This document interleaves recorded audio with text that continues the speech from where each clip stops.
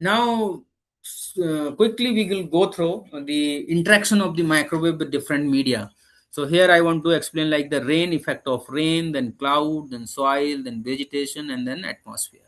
So first, this slide is related to the effect of rain on microwave. So here you can see on the x-axis, wavelength is there. On the y-axis, the transmission percentage transmission rate is there. Means how much percentage of radiation is transmitting through the atmosphere if rain is happening, right? And effect of the wavelength, if wavelength is increasing, then what is the effect, and wavelength is decreasing, then what is the effect? If you see, just concentrate on this line, this solid line. So you see, if wavelength is smaller, then the percentage of transmission is 60%. If wavelength is increasing, then the transmission rate is increasing 70%, 80%, 90%, and close to 100%, right? So you can say longer wavelengths have less effect, but the shorter wavelength have some effect. Okay. And then again, this line you can see here, again smaller wavelength is affected highly, and the transmission rate is only 18%. As the wavelength is increasing, the percentage of transmission is increasing, and again for the longer wavelength, the effect is less. And so this line is basically representing the intense or the heavy rainfall, and this is representing the moderate, or you can say the negligible rainfall. So you can say the intensity of the depending upon the intensity of the rain, the effect of the microwave is like this. Okay, so you can say, if you suppose I'm taking the wavelength beyond 4 centimeter or 5 centimeter, then 5 centimeter if you see, so there is no effect of the transmission. Transmission is very close to 100% if we are taking the wavelength more than 5 centimeter. Okay, so you can say if the wavelength is less than 4 5 centimeter, then you are observing the effect of the rain in the microwave signals. But for the longer wavelength, there is no effect actually, or minimal effect is there, right? Same case for the cloud. So cloud may be ice cloud or the water cloud. So again, wavelength versus transmission rate. So here you can say the water cloud. So water cloud, again, the affecting the lower wavelengths, but not affecting the longer wavelength. Okay. Or here again, this is depending upon the intensity. So you can say again, from here you can see 4 centimeter or 3.5 centimeter, or you can say wavelength more than 4 centimeters are not affected by the water clouds, right? Or minimum effect is there. And 3.75 to 7.5 centimeters, this wavelength band is called the c band microwave. Okay, it means c band is not getting affected by the water clouds. And if you see the ice cloud, so from the ice cloud, no wavelength is affected. The transmission is 100%, whether the smaller wavelength or the longer wavelength. So you can say any portion of the microwave radiation is not affected by the ice clouds at all. Then effect of the soil is like this is the soil surface, zigzag surface is the soil surface. So if it is dry, let us say, then the signal is coming, some signal is reflecting, some energy is transmitted, or you can say the absorbed by the medium. So some partially it is absorbed, partially it is reflected.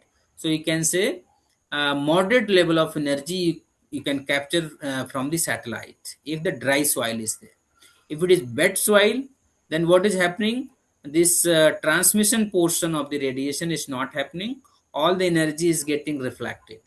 Okay, so you can say if you are capturing from the satellite, so the maximum backscatter energy or maximum amount of energy you can store in the images. It means the high response you will get from the wet soil. So wet soil have high dielectric constant, dry soil is having less dielectric constant. And the third situation is if the soil is flooded, means soil surface is there, and above the surface water is also there. So water surface is very very smooth in nature, so that we have like a specular reflection.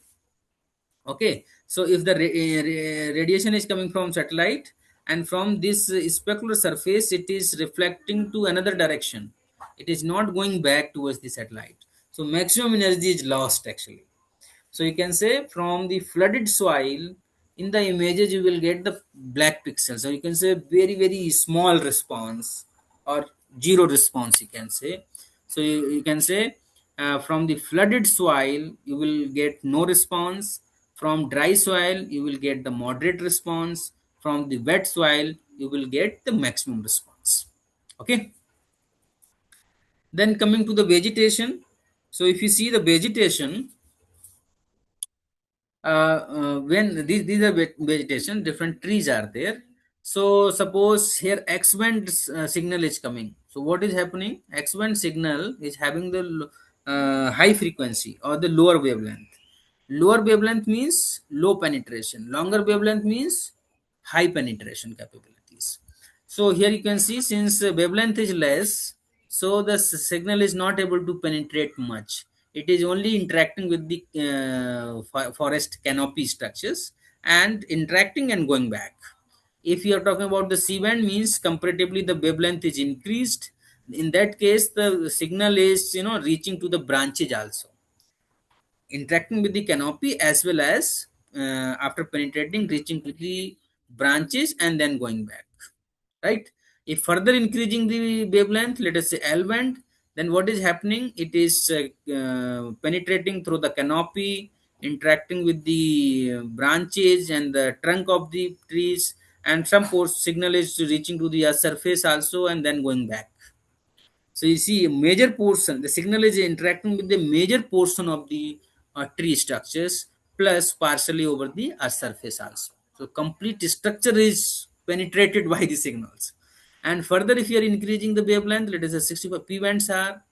So the canopy is penetrated trunk, and then major amount of signals is reaching to the earth surface. So you can say the complete information about the tree structures you can get if longer wavelength you are using. So tree structure information you are able to get, plus the earth surface information you can also capture if you are using the longer wavelength. So you can say, if you think about the interaction of microwaves with different types of the vegetations. So you can say the longer wavelengths penetrates longer, okay, and the shorter wavelengths penetrates shorter. Okay, so this depends on your interest. Suppose you want to just analyze the canopy structures in the forest areas, then you can go with the x band SAR. If you want to analyze branches structures of the trees, then you can go with the C band SAR or the L band SAR, or the tree structures as well as the below the soil moisture or the soil characteristics you want to analyze, then you can go with the L-bands are, or entire biomass of the tree you want to calculate, then you can go with the P-bands are, right?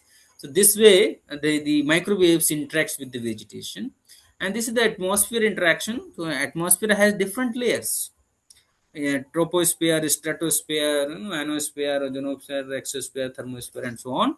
But the major effect happens in the troposphere, which is just close to the Earth surface, up to few 10 or 20, 30 kilometers. This troposphere is very very dynamic in nature. See, fog, rain, cloud, so many things are happening in the troposphere. It means all these things are they are present in the troposphere. It means troposphere is disturbing the microwave signals majorly, depending upon its refractive index. And another sphere is called the ionosphere, where their different layers are there, like layer D, E, F, and their densities are different, densities of the electron content.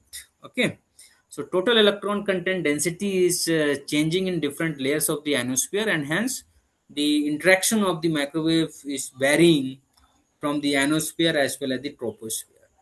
And also from daytime to night time, the density of ions is changing over the ionosphere, and hence the deviation of the microwave signal is changing from night to daytime.